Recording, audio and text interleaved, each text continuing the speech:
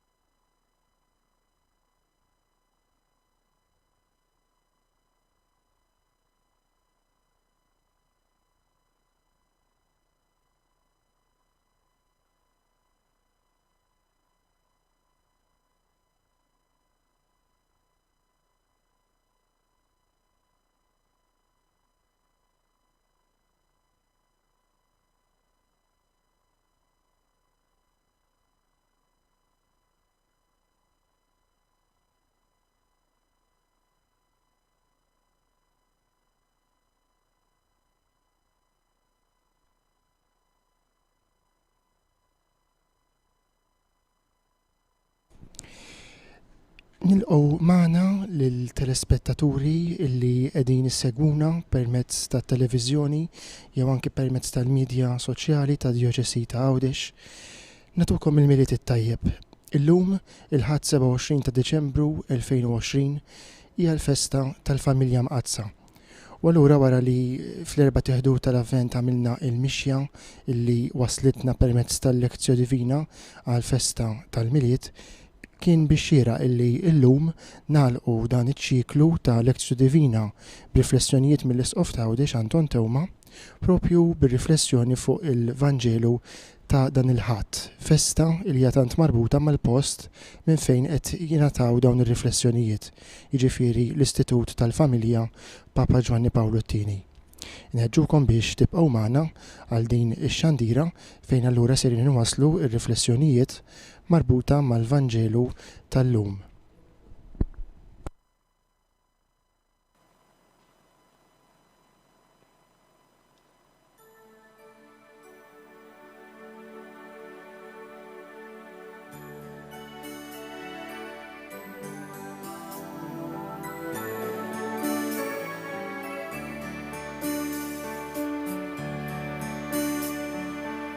While shepherds watch their flocks by night, they see a bright new shining star. They hear a choir sing a song. The music seems to come from afar. Hark now, hear the angels sing. A king was born today, and men will live forevermore because of Christmas Day. While shepherds watch their flocks by night, they see a bright new shining star. They hear a choir sing a song. The music seems to come from afar. Hark now, hear the angels sing. A king was born today, and men will live forevermore because of Christmas Day. Now Joseph and his wife Mary came to Bethlehem that night. They found no place to bear her child, not a single room was inside. And then they found a little nook in a stable all forlorn, and in a manger cold and dark, Mary's little boy was born. Hark now, hear the angels sing. A king was born today, and men will live forevermore because of Christmas Day.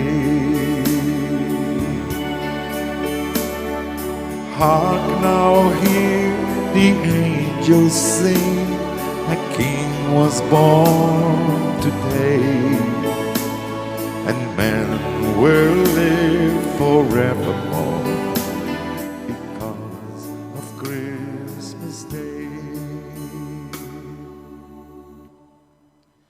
Fl-isem tal-Missier u tal-Iben u tal-Ispiritu Santu. Amen.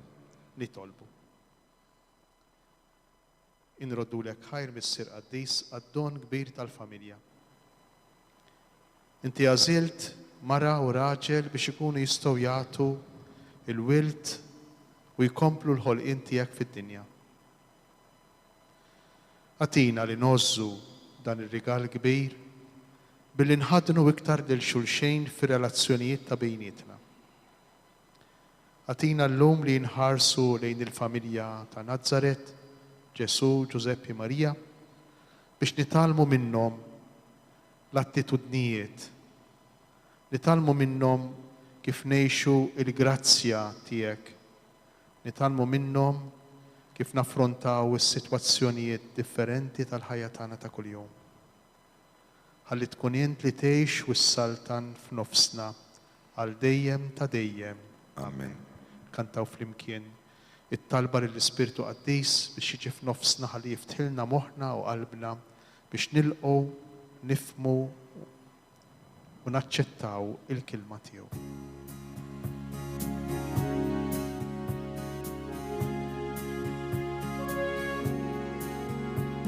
Spiritu Qaddis tal-mulej, dawwar lil-moħħna, lil-qalbna biżbik, kun għalina ser milja ta' kull fer, qawwi lil-ruħna mulej. Spiritu tal-paċi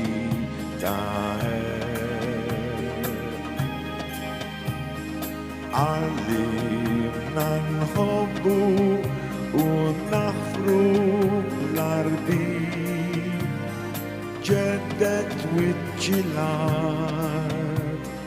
fejja minna l-mar, ejja aħjina mulej. Ejja aħjina mulej.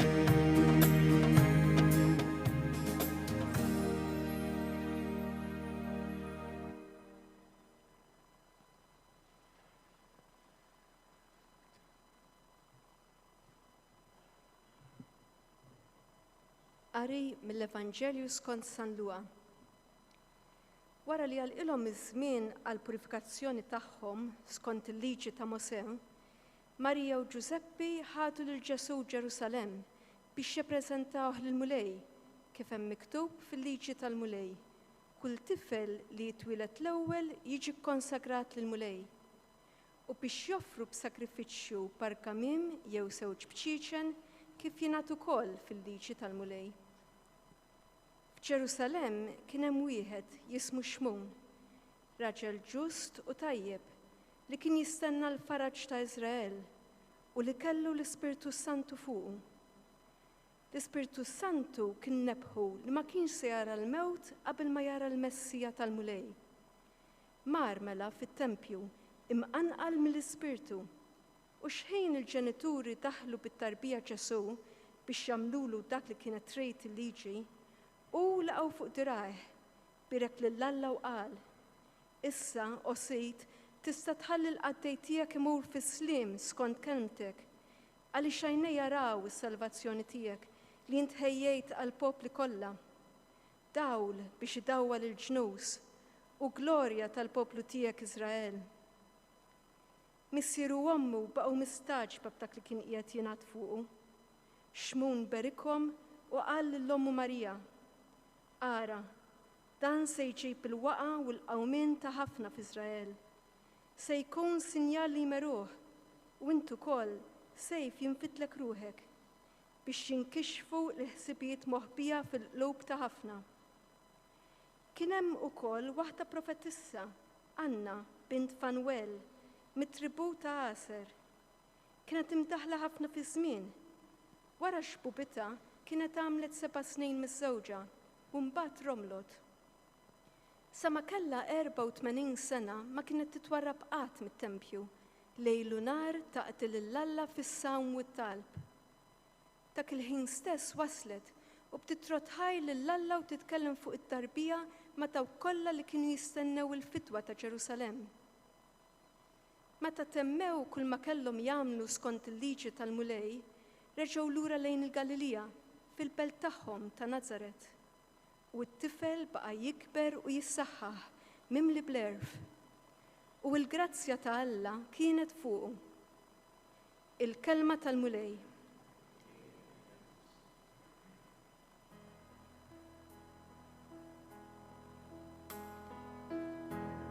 Oh, holy night, the stars are brightly shining. It is the night of our dear Savior's birth. Long lay the world in sin and error pining, till He appeared and the soul felt its worth. A thrill of hope, the weary world rejoices, for yonder breaks a new and glorious morn. Fall on your knees, oh, hear the angel voices, oh, night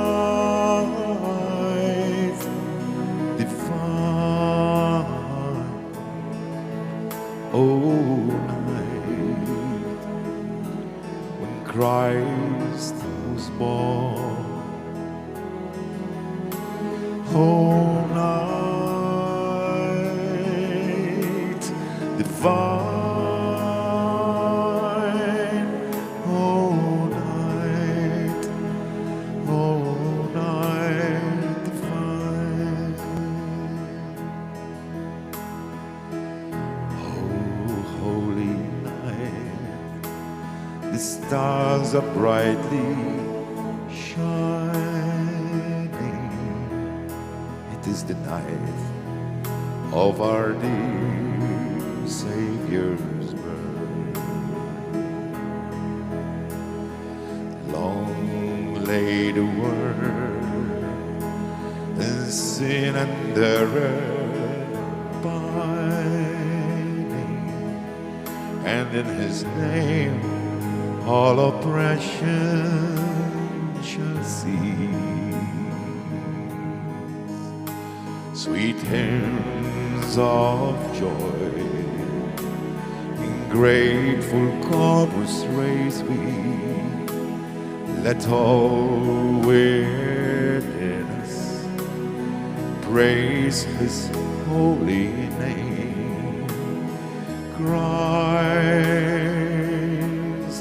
is the Lord. Their name forever praise we. Nowhere, oh,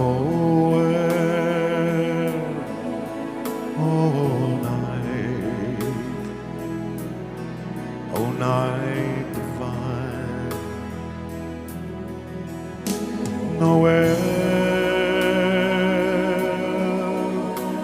oh,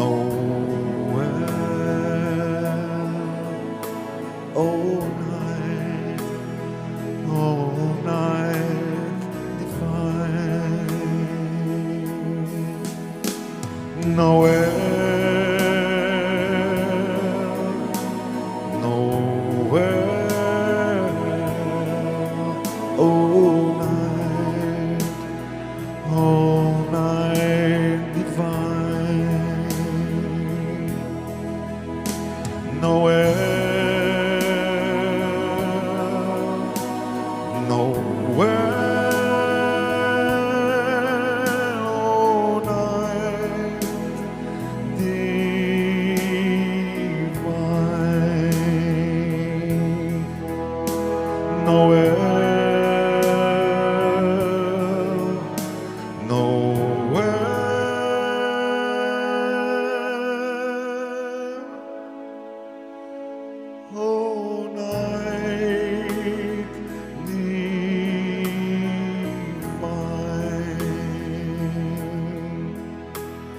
nowhere, nowhere, all night, divine.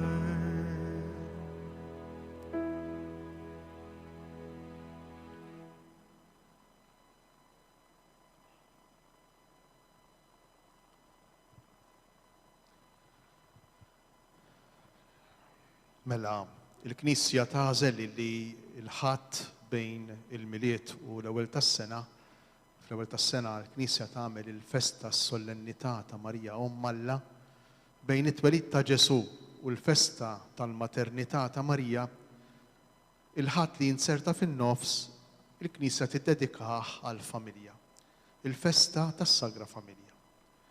Però nkunu fqar wisq jekk aħna nieqfu fid-devozzjoni lejn il-familja mqazza, jekk aħna noqogħdu naħsbu nikkontemplaw kemm kienu sewwa huma, jekk imbagħad ma nħallux il-ħajja, il-mod ta' kif kienu jirrelataw flimkien, il-mod ta' kif kienu jikkomunikaw flimkien, il-mod ta' kif kienu jirraġunaw, il-mod ta' kif kienu jħossu, jekk ma nħallux lil dawn l-aspetti ta' din il-familja qaddisa imissu lill-familja tagħna. Fil-Vanġelu tal-lum, Vanġelu kemm xejn twil, l-ewwel qabel kollox iltqajna ma' din il-familja, ma' Ġesu, Marija u Ġuseppi, illi wara 40 ġurnata imorru Ġerusalem, jieħdu lil Ġesu Ġerusalem biex jagħmlu żewġ riti partikolari ħafna. U hemmhekk waqt li qegħdin jagħmlu dawn ir-riti jiltaqgħu ma' żewġ personaġġi. Jiltaqgħu ma' Xmun, ir-raġel xwejjaħ, u jiltaqgħu ma' Anna. Il-mara xwejħa wkoll armla li t-tnejn li huma jirreaġixxu, jagħtu r-reazzjoni tagħhom għal din il-familja. Mhux biss għat-tarbija, imma għal din il-familja kollha kemm hi. U allura jew nibdew bil-mod nidħlu fil-Vanġelu biex naraw x'irid jgħidilna dan il-Vanġelu kif jista' jdawwal lill-familji tagħna. Sa mill-bidunet naħseb li nnutajna li dan il-Vanġelu bħal fritornell il-ħin kollu jirrepeti skont il-liġi ta' Mosè. Wettqu għamlu dak li kienet titlob il-liġi ta' Mosè. Fil-Vanġelu kollu insibuha 5 darbiet il-kelma liġi, imma fl-ewwel paragrafu insibu diġà 5 riferimenti għal-liġijiet. Għandna 3 darbiet il-kelma liġi, imbagħad għandna ekkwatati 2 preċetti. Wieħed mill-ktieb tal-Levitiku u l-ieħor mill-ktieb tad-Deuteronomju. Allura għandna 5 darbiet diġà ekkwatata il-kelma jew riferiment għal-liġi. U dan x'jgħidilna? Mill-ewwel x'jgħidilhom lill-familji tagħna, x'jgħidilna lilna. Jiena nħoss li jgħidilna 2 affarijiet. L-ewwel qabel kollox, b'mod esperjenzjali u sempliċi ħafna, irridu nniżluha darba l dejjem li familja mingħajr regola ma tistax timxi. Ara nimmaġinaw li teżisti xi familja mingħajr regola. Id-diffikultà fejn hi? Mhux tant illi m'hemmx regoli, għax regoli jekk aħna nirriflettu issa naraw flimkien, kull familja għandha regoli. Imma ir-regoli fuq liema valuri huma mibnijin. Ħafna familji, pereżempju, għandhom ir-regola tax-xogħol. Ir-regola tax-xogħol. Anki dik hija regola. Li filgħodu titqom, titmur għax-xogħol u jekk jista' jkun flok wieħed tagħmel 2 jew flok 2 tagħmel 3 ikun aħjar. Dik hija regola. Dik hija regola. Familji oħrajn għandhom ir-regola illi jien inkun sew.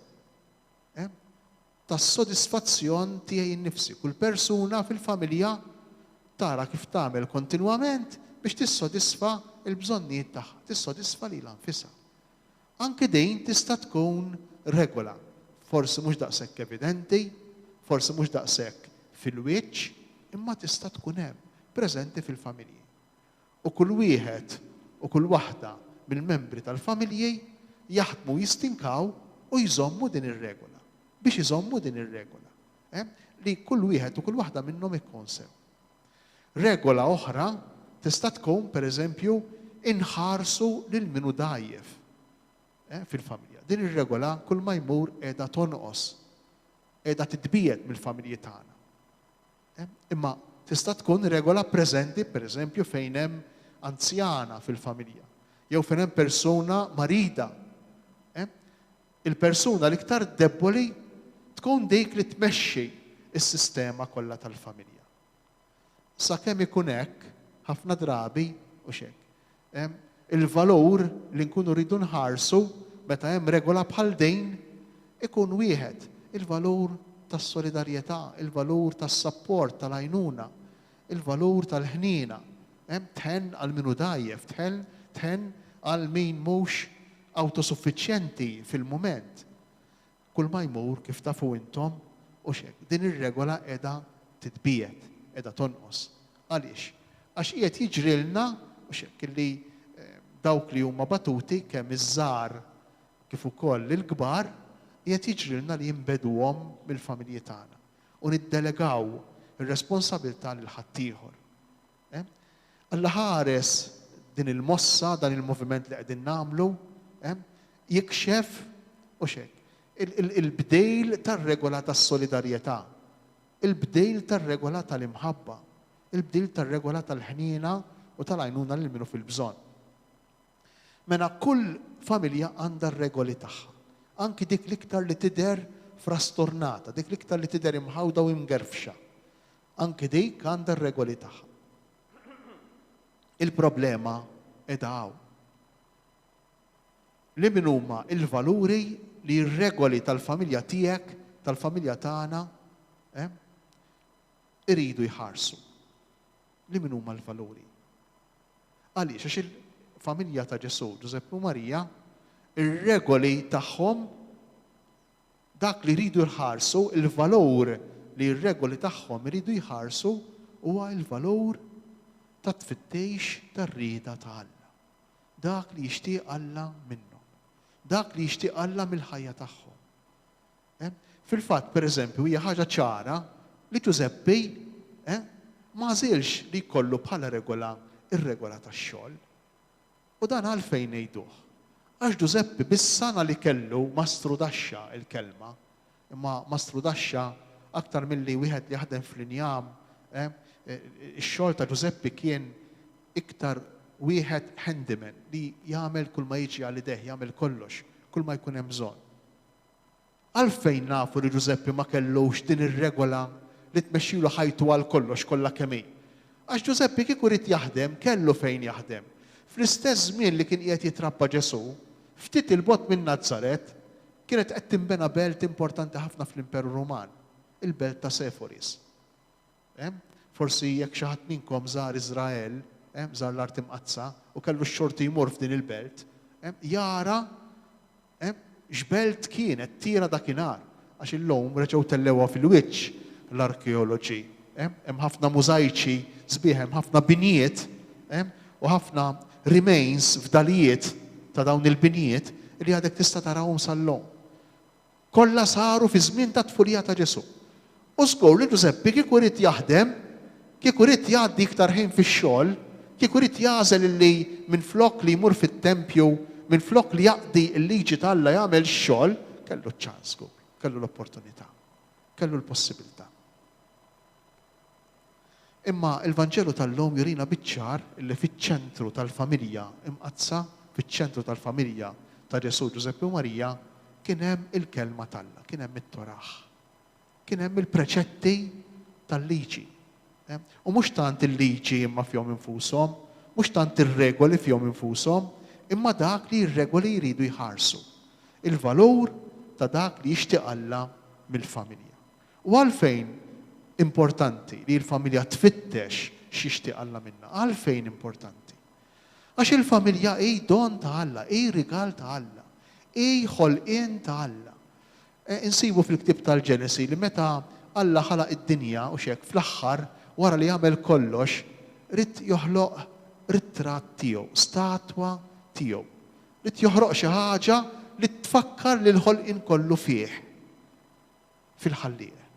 U qal ejjew nagħmlu il-bniedem xbija tagħna.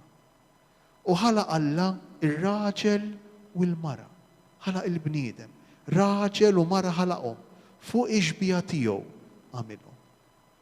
U r-raġel u l-mara Alla poġġihom fid-dinja il-familja, ir-relazzjoni, Alla poġġija fid-dinja bħala ritratt xbija ħajja tiegħu. U allura jekk aħna ritratt, jekk aħna maħniex l-oriġinal, jekk aħna m'għandniex l-awtorità li nkunu kif irridu, għax ma fintejniex aħna lilna nfusna, imma xi ħadd ieħor għamilna u aħna xbija, ritratta minn għamilna. Allura l-iktar ħaġa fundamentali, l-iktar ħaġa importanti fir-relazzjonijiet tal-familja x'inhi? Jekk mhux li nduru lejn il-ħallieq u ngħidulu minti xi trejt minn din il-familja. Inti x'tixtieq minni raġel, minni Toni, minni Marija, x'tixtieq? Minni raġel konkret bismu b'kunjomu, mara konkreta bisimha b'kunjomu. Int x'tixtieq minni u mill-familja tiegħi? Ħafna drabi li jiġrilna illi mingħajr ma nindunaw u mingħajr ma rridu forsi aħna stess insiru proprjetarji tad-doni li nirċievu. U d-doni l-kbir, wieħed mid-doni l-kbar li rċivejna fil-ħajja tagħna huwa id-don ir-rigal tal-familja. Marija u Ġuseppi kienu konxji minn dan. U l-imġiba tagħhom kienet konsegwenti. Kienet timxi wara dak li kienu jemnu. Dak li kienu jemnu kienu jagħmluh, kienu jwettquh. U allura Marija wara li għaddila żmien tal-40 ġurnata tagħmel żewġ riti jew tipprova tagħmel żewġ riti fit-Tempju ta' Ġerusalem. Għandna r-rit tal-purifikazzjoni u għandna l-rit tal-preżentazzjoni. Huma żewġ riti mitluba mill-liġi, wieħed mill-kapitlu 12 tal-Ktib tal-Levitiku u l-ieħor mill-kapitlu 13 tal-Ktib tal-Esodu. Wara li l-mara u xek ikun infetħilha ġufa għall-ewwel darba u tkun ħarġet it-tarbija minn ġufa, wara li tistenna li tistabilixxi ruħha, il-kalkoli jkunu bej wieħed ieħor 40 ġurnata, x'tagħmel il-mara? Tmur fit-Tempju ta' Ġerusalem biex tagħmel sakrifiċċju ta' purifikazzjoni. Ħalli niftehmu. Għaliex il-mara kienet tkun meqjusa bħala imniġsa wara li twellet it-tarbija. Kienet tkun meqjusa bħala imniġsa mhux f'sens negattiv għax għamlet xi ħaġa ħażina, le, anzi għall-kuntrarju. Għax tkun seħħet xi ħaġa kbira fija, xi ħaġa straordinarja fija. Għax lejt ħallieqa ta' Alla tkun daħlet fil-ġuf tagħha biex issawwar u tibni ġisem ta' bniedem tarbija biex imbattlhom tkun tista' tagħtih il-ħajja. U allura l-mara tkun saret il-post fejn Alla jista' joħloq il-bniedem. U minħabba fekk kien hemm bżonn ta' rejt illi l-mara ma jħallix iktar sagra, jiddesakralizza, ma jħallix iktar daqshekk kbira, daqshekk f'kuntatt mad-divin. U dan ir-rejt kien jagħmluh fit-Tempju ta' Ġerusalem skont kif jitlob il-Ktib tal-Levitiku kapitlu 12 billi jagħmlu żewġ sakrifiċċji. Is-sakrifiċċju tal-komunjoni, is-sakrifiċċju tal-għaqda tal-imħabba u s-sakrifiċċju tal-espjazzjoni. L-espjazzjoni ġifieri t-talba tal-maħfra li kienet tagħmel il-mara meta wara li kienet teħles. Maħfra għaliex. Nirrepeti, mhux għax kienet tkun għamlet xi ħaġa ħażina, imma intom tafu għaw ħafna ummijiet u min jaf kemm ummijiet li qegħdin jisimgħu, intom tafu illi it-tqala flimkien mal-ħlas iġibu emozzjonijiet kontra xulxejn u ħafna emozzjonijiet u ħafna ħsibijiet fil-moħħ u fil-qalb tal-mara. U fost l-oħrajn u xek ikun hemm sentimenti b'mod speċjali matul it-tqala anki taħtija, anki sens taħtija. Biex bħalli kieku il-mara terġa' tibda mill-ġdejt u teħles minn dan kollu, kien hemm bżonn ta' dan is-sakrifiċċju ta' purifikazzjoni, is-sakrifiċċju tal-espjazzjoni. U allura dan kien l-ewwel mod ta' kif il-mara wara 40 ġurnata kienet titlob fit-tempju biex issir il-purifikazzjoni wara li twellet it-tarbija. Imbagħad kien hemm sakrifiċċju ieħor li ridet tagħmel, kien hemm rit ieħor li ridet twettaq. U dan x'kien? Ir-rit tar-riskatt, il-preżentazzjoni lil mulej, l-offerta lil mulej. L-offerta lil mulej tal-ewwel tifel, tal-primoġenitu, dak illi jiftaħ il-ġuf. U kif kienet issir din? Dan ir-riskatt u xekk, jew din l-offerta kienet issir billi il-familja, l-mara u r-raġel iħallsu 5 shekel, li kienet b'wieħed uħor tiġi il-paga ta' 20 jum, ta' 20 ġurnata.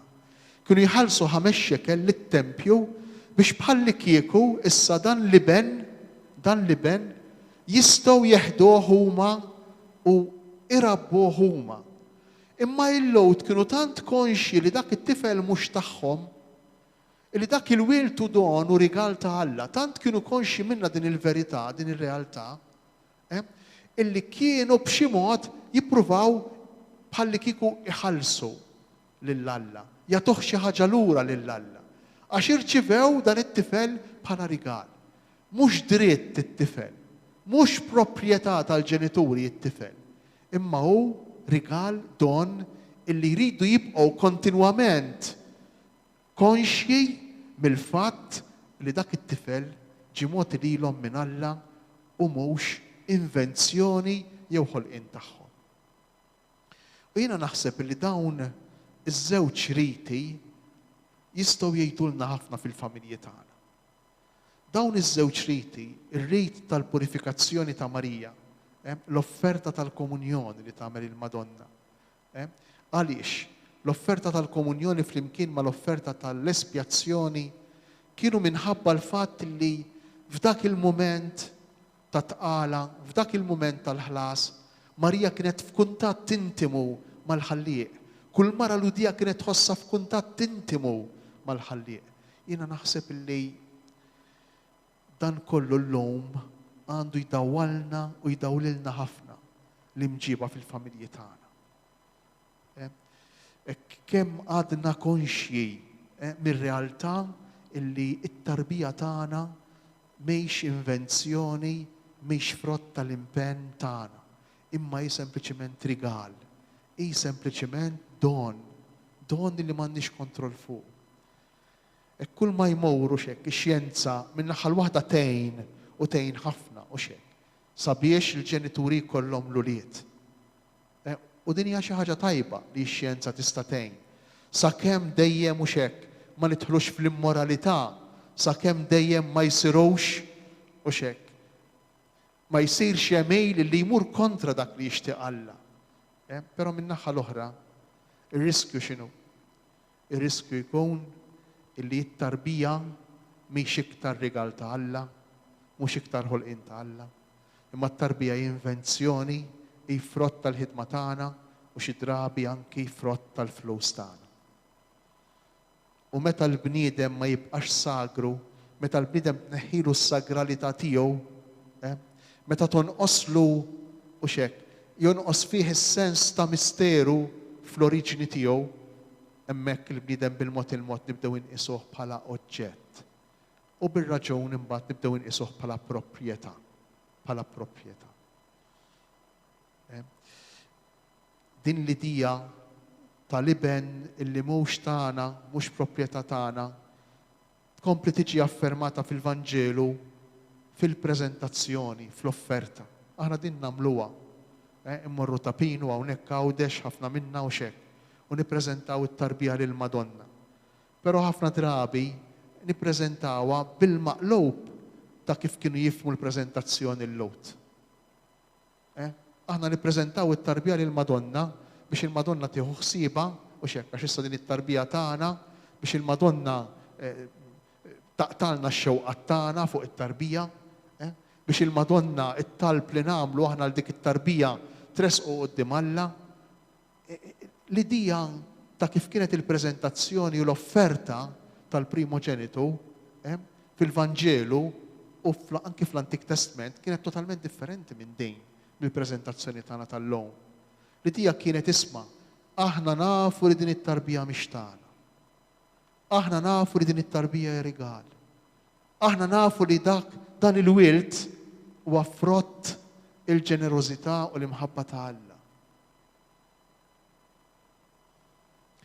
Waħda mid-diffikultajiet il-kbar li ngħixu fil-ħajja u li tħalli effett negattiv anke fuq l-ulied fit-trobbija propju meta nħossuna proprjetarji tal-ulied. Proprjetarji. Aħna maħniex proprjetarji tal-ulied.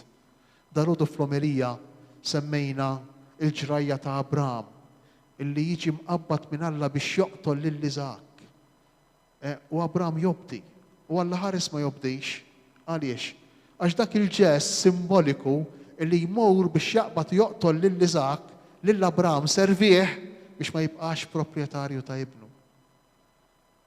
Biex ma jibqax is-sit ta' ibnu. U dak il-moment tas-sakrifiċċju ta' Abraham li jissagrifika lil Iżak irid jiġi fuq kull wieħed u fuq kull waħda minna. Dak il-moment irid jiġi fuq kull familja. Meta inti tara li dan it-tifel tiegħek mhux iktar tiegħek. Li din it-tifla tiegħek mhix iktar tiegħek. Dak li int kont taħseb li hu tiegħek mhu tiegħek xejn. U qabel ma int simbolikament toqtol fejk il-paternità u toqtol fit-tifel il-filjazzjoni, il-filjolanza u tgħid dan mhux tiegħi imma dan hu rigal ta' Alla, ta' li Alla, qabel dak il-mument dak it-tifel miskin tiblukkah, ma jistax ikompli jikber. Fil-fatt kif rajna dalgħodu, meta Iżak jinżel mill-muntanja, ftit wara li ġie meħlus, wara li missieru biex hekk jipprova joqtlu ma l-anġlu żamlu idu, Iżak kif jinżel mill-muntanja ftit wara isib it-tfajla ta' ħajtu, isib lil Rebekka. Bħalli kieku qabel billi Abraham kien iżommu taħtu frejħ, billi kien jikkontrollah f'kollox, qabel dan it-tifel qatt ma seta' isib triqtu, qatt ma seta' jagħmel ħajtu. Għandna episodji oħrajn fl-Iskrittura li juruna l-importanza ta' il-kapaċità li niddistakkaw ruħna minn uliedna. Hemm dak l-episodju famuż fit-tieni ktieb ta' Slate, fit-tieni ktieb ta' Samuel, meta Salamon u xek jiġu quddiemu dak il-każ ta' dawk iż-żewġ nisa li kienu ndaqs, żewġ nisa ndaqs li kellhom żewġ titrabi indaqs preċejs, kienu żewġ prostituti tnejn jagħmlu l-istess xogħol u x'jiġri waħda minnhom bil-lejl taffeċ it-tarbija tagħha tinqaleb fuq it-tarbija tagħha fuq is-sodda, tifga u toqtolha. X'tagħmel din? Taqbad it-tarbija tal-oħra, il-ħajja tal-ħajja, it-tarbija ħajja u toħodha tpoġġiha ma' ġenba. L-omm tal-ħajja, tat-tarbija ħajja tinduna illi t-tarbija mejta li kellha ħdejja ma kienx tagħha, imma kienet tal-oħra. Il-każ jispiċċa qudiem Salamon. Salamon jaqbad it-tarbija l-ħajja, jaqbad ċabla u jkun se jaqsamha minn nofs. L-omm vera tat-tarbija l-ħajja qaltlu lil Salamon għatijiela. Ippruvaw ifhmu ftit, ħalli titbiet minni. Ħalli ma tibqax tiegħi. L-importanti li tibqa' ħajja. Ippruvaw riflettu naqra. Ħalli ma tibqax tiegħi. L-oħra omm it-tarbija mejta qaltlu oqtola, ma jimpurtax, oqtola, jew neħodha jien, jew inkella oqtola. Jew tkun tiegħi nerġa' ningloba fija, jew ma nistax nissapporti naraha ħajja. U din l-esperjenza psikoloġika u spiritwali tista' tiġrilna fil-ħajja tagħna. Aħjar mejta mill-imbeda minni. Għaliex? Għax irrida għalija biex timlini, għalija. U meta jien ngħix ħajti f'relazzjoni bħal din fil-familja, ma tifel jew tifla, minn flok nagħtiha l-ħajja lil dak it-tifel jew dik it-tifla, inkun qiegħed noqtolha. U allura din l-omm tal-ħajja fil-waqt li qiegħda titbiet mit-tarbija tagħha, fl-istess waqt tkun qed tagħtiha l-ħajja. U simbolikament, u dan huwa qatt ta' maturità kbira fl-iżvilupp, fl-edukazzjoni, fil-formazzjoni ta' wliedna. Nitbedu, ninqatgħu minnhom biex jgħixu. Jekk aħna nintefgħu fuqhom, nispiċċaw biex nifgawhom u noqtluhom bħala bnedmin. Jistgħu jibqgħu wulied ta' 50, 60, 70, 80 sena imma qatt ma jkunu bnedmin maturi. L-offerta tal-iben il-kbir li tagħmel Marija u jagħmel Giuseppe li tagħmel il-familja ta' Nazaret għandha din it-tifsira profonda. Għandha din it-tifsira importanti. Li għandna ħafna bżonna fil-familji tagħna, ħafna u ħafna u ħafna bżonna. Ħafna drabi nibqgħu nikkontrollaw lil uliedna għal tul ta' żmien. Aħna hawnhekk għandna grazzja, għawdex għandna grazzja. Għalkemm bil-biża' u bit-trejt u forsi mhux dejjem ikunu preparati, imma għandna grazzja kbira għax il-parti kbira minn uliedna jmorru Malta u jinqatgħu minnha mingħajr ma rridu, jekk inħalluhom però, jekk inħalluhom. U jkompli l-Vanġelu. Marija u Giuseppi fiċ-ċentru ta' ħajjithom kif qegħdin ngħidu kellhom il-kelma, kellhom il-liġi, kellhom dak li jixtieq Alla. U allura ma kinux benestanti, ma kinux sinjuri, ma kellhomx ix-xogħol lil flus fiċ-ċentru ta' ħajjithom, kellhom xi ħaġa oħra, kellhom dak li jixtieq Alla. U minflok il-ħarufa li kellhom joffru bħala sakrifiċċju li kienu joffru dawk in-nies li kienu sinjuri, huma joffru jew żewġ bċieċen jew żewġ gamimiet, għax kienu foqra. Dawn kienu jagħmlu parti mis-sakrifiċċju tal-komunjoni u mis-sakrifiċċju tal-espjazzjoni li semmejna. Fil-waqt li il-Vanġelu ma jsemmilniex li ħallsu il-5 shekel għal Ġesu. Jista' jkun li Salluqa irid jurina illi Marija u Giuseppe kienu jafu li Ġesu ma kienx tagħhom. Marija u Giuseppe kienu jafu li Ġesu kien totalment tal-missier. Totalment tal-iben, totalment tal-missier. U dan ikompli lilna u xek jgħidilna, ikompli konferma dak li konna qed ngħidu ftit ilu. L-importanza li lil-uliedna ma nħossuhomx, ma nġibux ruħna magħhom bħalli kieku konna proprjetarji tagħhom. U hemm jiltaqgħu ma' żewġ persuni, jiltaqgħu ma' Xmun li kien raġel ġust, tajjeb, jistenna l-faraġġ ta' Iżrael li kellu l-Ispirtu Santu fuq. U l-Ispirtu kien nebħu li ma kienx se jara l-mewt qabel ma jara l-Messija tal-mulej. Jiena se nieqaf ftejt fuq Xmun u fuq Anna. Interessanti għaliex għax jurina l-Vanġelu illi l-ideal ta' dan ir-raġel, imbagħad se naraw anki ta' Anna, l-ideal tiegħu kien, il-climax ta' ħajtu kien jiġi ir-realizzazzjoni tiegħu ikun kuntent jekk jara l-Messija tal-mulej. Ikun kuntent jekk jiltaqa' verament ma' Ġesu. L-iskop li għamel għal ħajtu dan Xmun kien li jiltaqa' ma' Ġesu. U ċerti li kien raġel miżżewweġ, jista' jkun li kienet mietlu l-mara, ma nafux, kien raġel xwejjaħ, allura kellu l-esperjenza kollha tal-ħajja, kien raġel ġust u tajjeb jgħid il-Vanġelu, kellu t-tama, raġel mimli tama, jistenna l-faraġġ ta' Iżrael, kellu t-tama, imma kellu l-iktar ħaġa importanti, l-Ispirtu Santu, l-Ispirtu ta' Alla. U dan kollu lil Xmun poġġielu bħala l-ogħla skop ta' ħajtu ħaġa waħda, li jiltaqa' mal-persuna ta' Ġesu. Jistax ikun illi il-maturità ta' Xmun, illi f'dan il-Vanġelu fil-kuntest tal-festa tas-Sagra Familja, irid jgħid lili wkoll lil kull wieħed u lil kull waħda minna illi l-iskop veru tal-ħajja tagħna huwa li niltaqgħu mal-persuna ta' Ġesu. Jistax ikun li l-anzjani tagħna wara li jkunu għamlu l-esperjenza u xek tal-ħajja tal-familja, tax-xogħol, u jkunu qegħdin iħarsu lejn il-ħajja mhux iktar minn quddiem u xek, imma minn wara, għaliex ikunu waslu prattikament għall-inattività jew għal ftejt attività u jħarsu lura, dak li jkun jibda jħares lura, jistax ikun li dawn x-xjuħ tagħna l-anzjani bis-sapjenza tagħhom, bl-intelligenza tagħhom jikkonvinċu iktar ruħhom illi l-iktar ħaġa importanti fil-ħajja hi li triltaqa' ma' Ġesu. Hi li jkollok lil Ġesu bħala ċ-ċentru ta' ħajtek. Jista' xikun. U allura jista' xikun li aħna nistgħu diġà mill-lum u x'hekk minn wiżar jaqbad din id-direzzjoni. Forsi biex ma nitilfux ħejn. Forsi jista' jkun li ma naslux sal-anzjanità.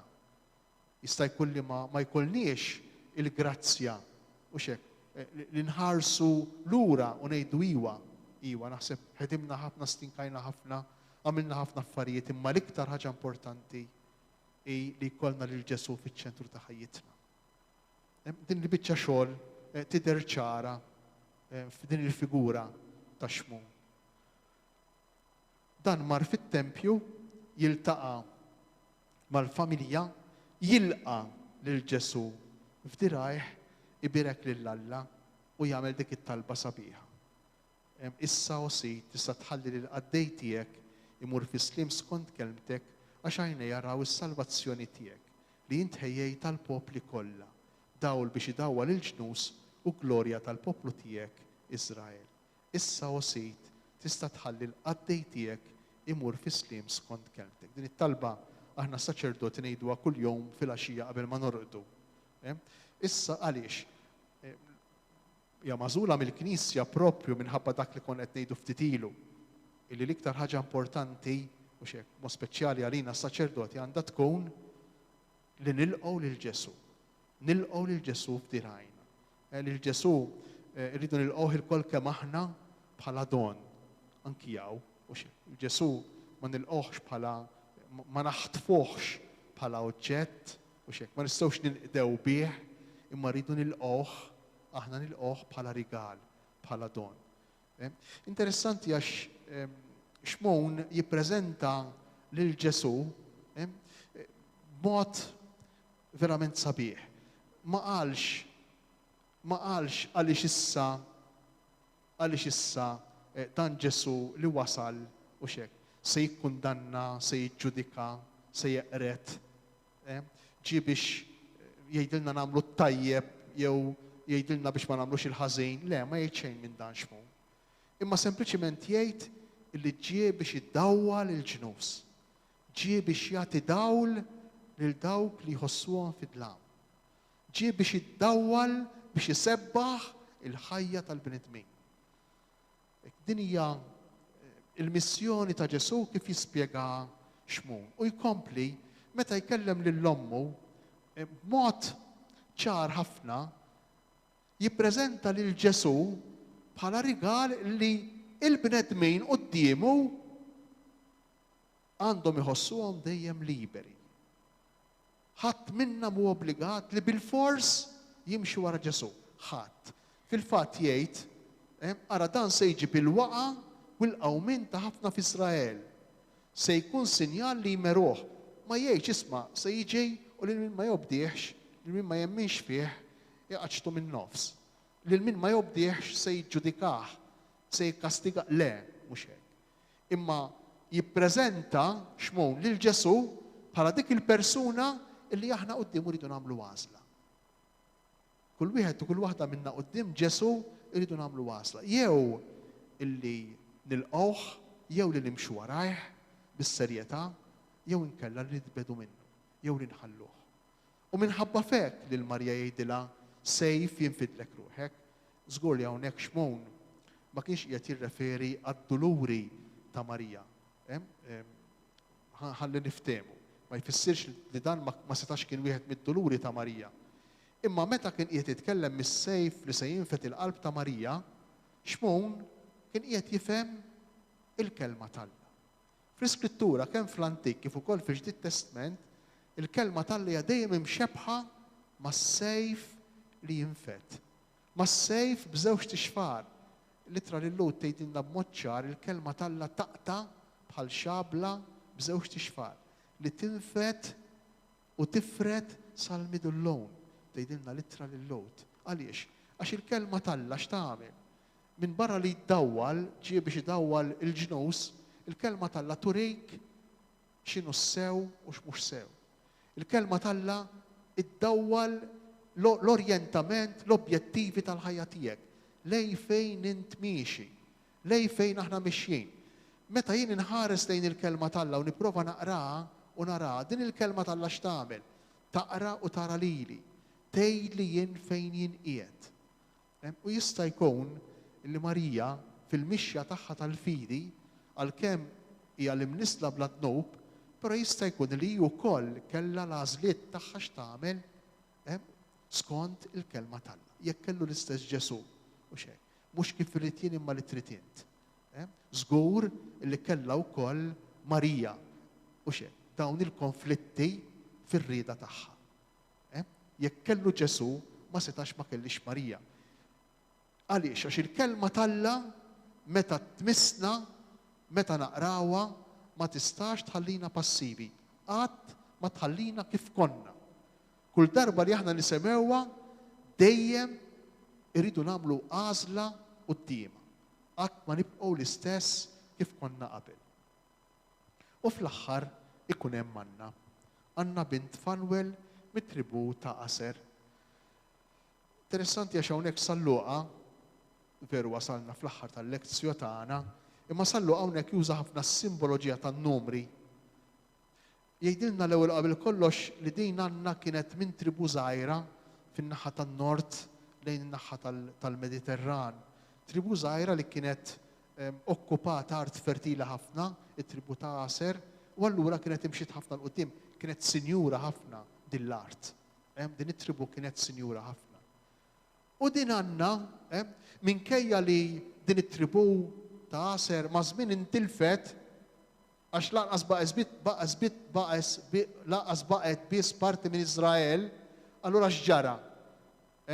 Intilfet għaliex għax dawn kienu negozjanti, dawn kienu jitħaltu mal-kulturi li kienu jiġu minn nord, minn naħa ta' fuq, u sparixxiet din it-tribu. Ma baqgħetx parti mill-poplu magħżul ta' Alla.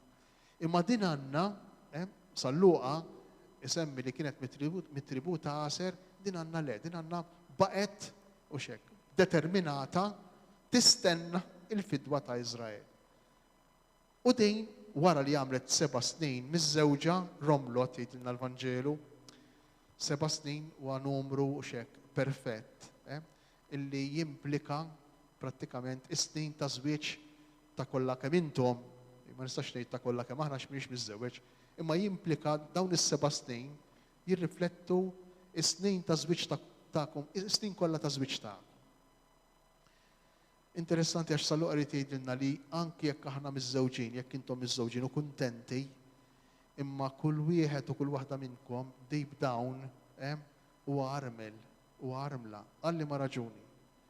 Għax dejjem baqa' biċċa mill-qalb x'timla, baqa' dik il-biċċa mill-qalb li timtela balla. U għalhekk jgħidilna hawnhekk li Anna għamlet 84 li kellha 84 sena qatt ma kienet titwarrab mit-tempju. Dawk l-84 sena mhumiex għajr 7 għal 12. 7 għal 12.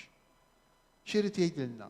Irid jgħidilna li minkejja żwieġ, minkejja r-rigal id-don tal-persuna l-oħra li tgħix magħha, tkunx il-mara tiegħek jew ir-raġel tiegħek, jekk m'hemmx daw l-84 sena, jekk m'hemmx is-7 snin ta' żwieġ li għamlet qabel. Għal 12, il-numru l-mimli, il-numru perfett, il-numru ta' 12 il-tribu ta' Iżrael, il-numru tal-poplu l-magħżul ta' Alla, fis-santwarju, fit-tempju ta' Ġerusalem, aħna xorta waħda maħniex se nkunu għal kollox fulfilled, għal kollox realizzati. Hemm ħafna simboloġija marbuta ma' din il-mara. Ma kienet qatt titwarrab mit-tempju. Ma kienet qatt titwarrab mit-tempju. Jalla kull familja ma titwarrab qatt mit-tempju. U dawk is-7 snin ta' żwieġ isiru 84 sena. Isiru il-milja tal-ħajja. Meta flimkien mar-raġel tiegħek jew mal-mara tiegħek hemm it-tempju. Hemm il-qima tat-tempju. Hemm l-imħabba lejn Alla. U kienet taqdi lil Alla fis-sawm u fit-talb, fil-kontroll fuq anfisha, awareness kbira dak was-sawm u kontroll fuq nfusna u t-talb. U dak il-ħin li trot tħajr lill-Alla u titkellem fuq it-tarbija. Tirringrazzja lill-Alla u titkellem fuq it-tarbija. Ma daw kollha li kien jistennew il-fidwa ta' Ġerusalem. Jekk tinnutaw, u Vanġelu kollu kemm hu mimli bil-ferħ, blena, bl-entużjażmu. Għandna din il-koppja żagħżugħa li teret fit-tempju tfaħħar u tirringrazzja lill-Alla għal din it-tarbija. Ir-reazzjoni ta' dawn iż-żewġ persuni anzjani hija l-istess ta' ferħ, mimlijin bl-Ispirtu Santu, jirreaġixxu quddiem din il-familja li fiċ-ċentru tagħha hemm il-kelma t'Alla, jirreaġixxu bil-ferħ. Għandna 3 ġenerazzjonijiet imsemmijin u x'hekk. Għandna 3 ġenerazzjonijiet, għandna it-tarbija Ġesu, għandna lil Marija u lil Ġuseppi fl-aħjar tagħhom u għandna ż-żewġ anzjani. Il-familja tagħna għandu jkollha post għal kull membru, għal kulħadd. Il-familja li hija din ix-xibka ta' relazzjonijiet f'saħħithom u x'hekk dawk li forsi minħabba xi raġuni jew oħra ma jistgħux iżommu lill-anzjani magħhom, però importanti li din ix-xibka ta' relazzjoni tibqa' u tissaħħaħ dejjem iżjed, mod speċjali fi żmien li qed ngħixu fih bħalissa. Forsi ma nistgħux immorru fiżikament, forsi qegħdin nimmissjawhom, jew forsi minn naħa l-oħra qed ngħidu u iwa nistrieħu ftit minnhom. Għax mhux kulħadd jirreaġixxi l-istess. Imma żgur li l-Vanġelu tal-lum qiegħed jistedinna biex insaħħu nqawwu ir-relazzjonijiet ta' bejnietna, mod speċjali r-relazzjonijiet mal-persuni l-iktar dgħajfa. Jekk il-familja Nisranija titlef l-attenzjoni għal persuni l-iktar dgħajfa, jiġifieri jitrabi dawk li huma morda u dawk li huma anzjani, il-biża' tiegħi jew il-familja Nisranija tkun qed titlef wieħed mill-ikbar valuri tagħha. Il-valur tal-imħabba, tal-ħniena, tas-sapport lejn il-batut. Ekku jalla jiġri lil kull familja tagħna bħalma ġara lill-familja ta' Nażaret. Ġesu baqa' jikber u jissaħħaħ mimli bl-erf u l-grazzja t'Alla kienet fuqu. Jalla kull ambjent tal-familja Awċija u Maltija ikun jixbaħ lill-ambjent, lill-kuntest tal-familja ta' Nażaret, fejn it-tfal jistgħu jikbru b'saħħithom u jimmaturaw fil-persuna ta' Ġesu. Jiġifieri f'persuni li kapaċi jirċievu, jilqgħu l-imħabba ta' Alla u jagħtu lilhom infushom għall-imħabba tal-oħrajn.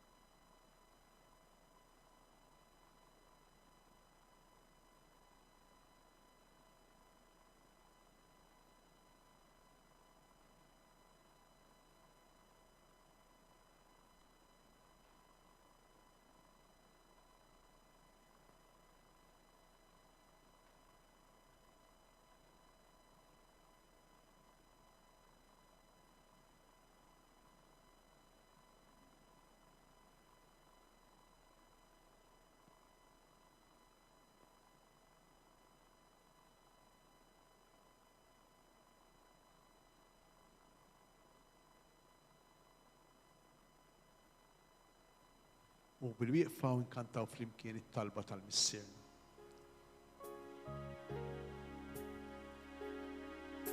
Missierna, Abba missier, missier li inti fis-smawiet jitqaddas l-isem tiegħek fil-qalb ta' ħafna wlied. Missierna li inti fis-smawiet tiġi salnatek mulej, tiġi salnatek, tiġi salnatek, ikun dak li trid kif fis-sema hekk dak fl-art. Tiġi salnatek, tiġi salnatek, ikun dak li trid kif fis-sema hekk dak fl-art. Missierna, Ħallejna il-ħobs lejxin illi għanna bżon kull-jum waħfrilna n-nubiet tagħna kif naħfru lil-bnedmin li magħna u ma kienu midjunin. Missierna la daħalniex fi żmien ta' tensjoni u tiġrix. Eħlisna minn kull ħażin mix-xibka tal-qarriq. Eħlisna minn kull erq ta' tlamijiet tiġi sal-nadek tiġi sal-nadek tiġi sal-nadek ikun dak li trid kif fis-sema hekk dak fl-ard.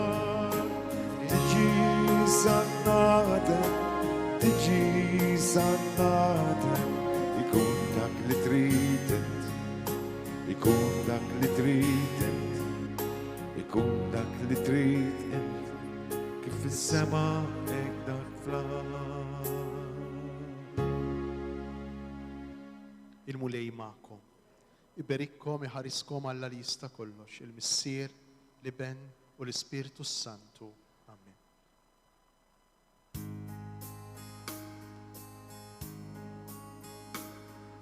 Ħarist madwari, ma rajtx li fniket, ma rajtx li demmu dmu.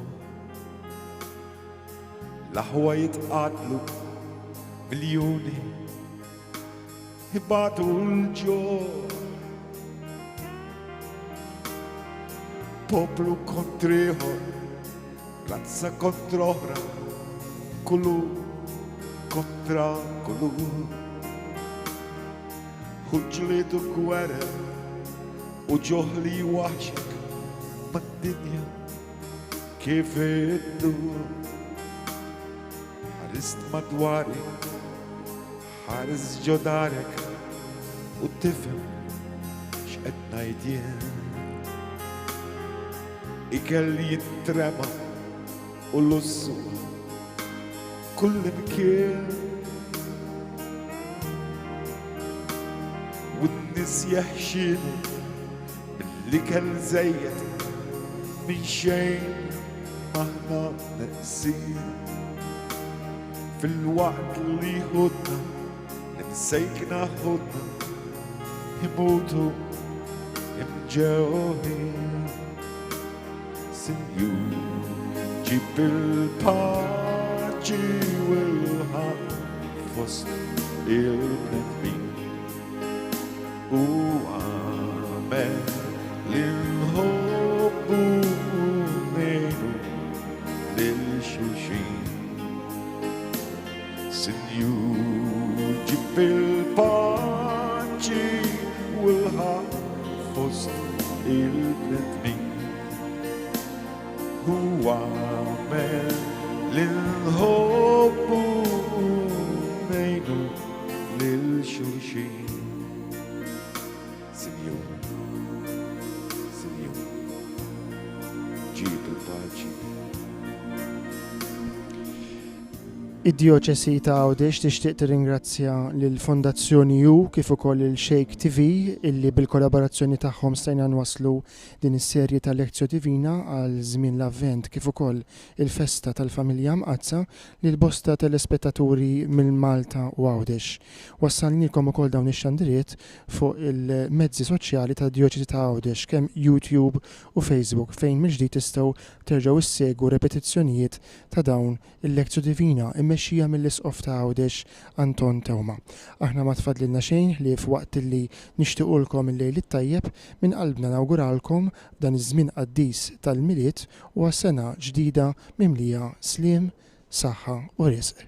Insellmulkom.